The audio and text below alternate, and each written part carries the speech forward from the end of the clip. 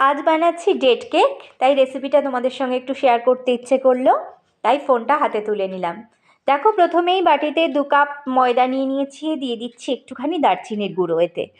তারপর দিয়ে দেব আমি এতে 1 চামচ বেকিং পাউডার আর হাফ চামচ বেকিং সোডা, আর একটা 10 টাকা দামের আমুলিয়ার প্যাকেট কিনে দেবো। গুঁড়ো দুধ দিলে কেকের টেস্টটা খুব ভালো হয়, তাই জন্য। তারপর আমি দিয়ে দিচ্ছি একটু মেল্টেড বাটার, 2 চামচ মতো মেল্টেড বাটার এর মধ্যে দিয়ে ভালো করে নাড়িয়ে নেব। নাড়িয়ে নিয়ে আমি ক্যারামেল করা একটু চিনি দিয়ে দিলাম, চিনিটা যে যার স্বাদ মতো দেবে।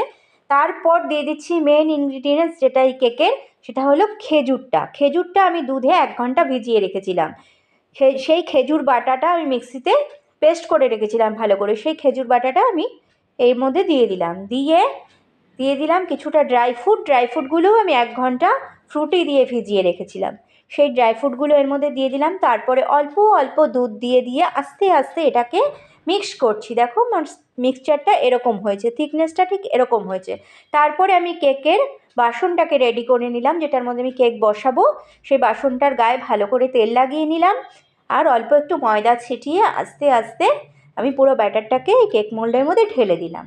ঢেলে দিয়ে একটু ড্যাপ করে নিলাম। তারপরে একটা কড়াইয়ের মধ্যে একটা স্ট্যান্ড বসিয়ে 10 মিনিট কড়াইটাকে ফ্রি হিট করে তারপর আমি সেই কেক টিনটাকে বসিয়ে দিলাম কড়াইয়ের মধ্যে বসিয়ে কিছুক্ষণ আমি রেখে দিলাম মিডিয়াম আঁচে। তারপর আমি আধ ঘন্টার জন্য একদম আঁচ সিম করে রেখে দিলাম। দিয়ে দেখলাম, একটা ছুরি ঢুকিয়ে চারিদিক দেখলাম যে আমার কেকটা পুরো রেডি। ছুরিটা একদম পরিষ্কার বেরোচ্ছে, তার মানে আমার কেকটা পুরোপুরি তৈরি হয়ে গেছে খাওয়ার জন্য।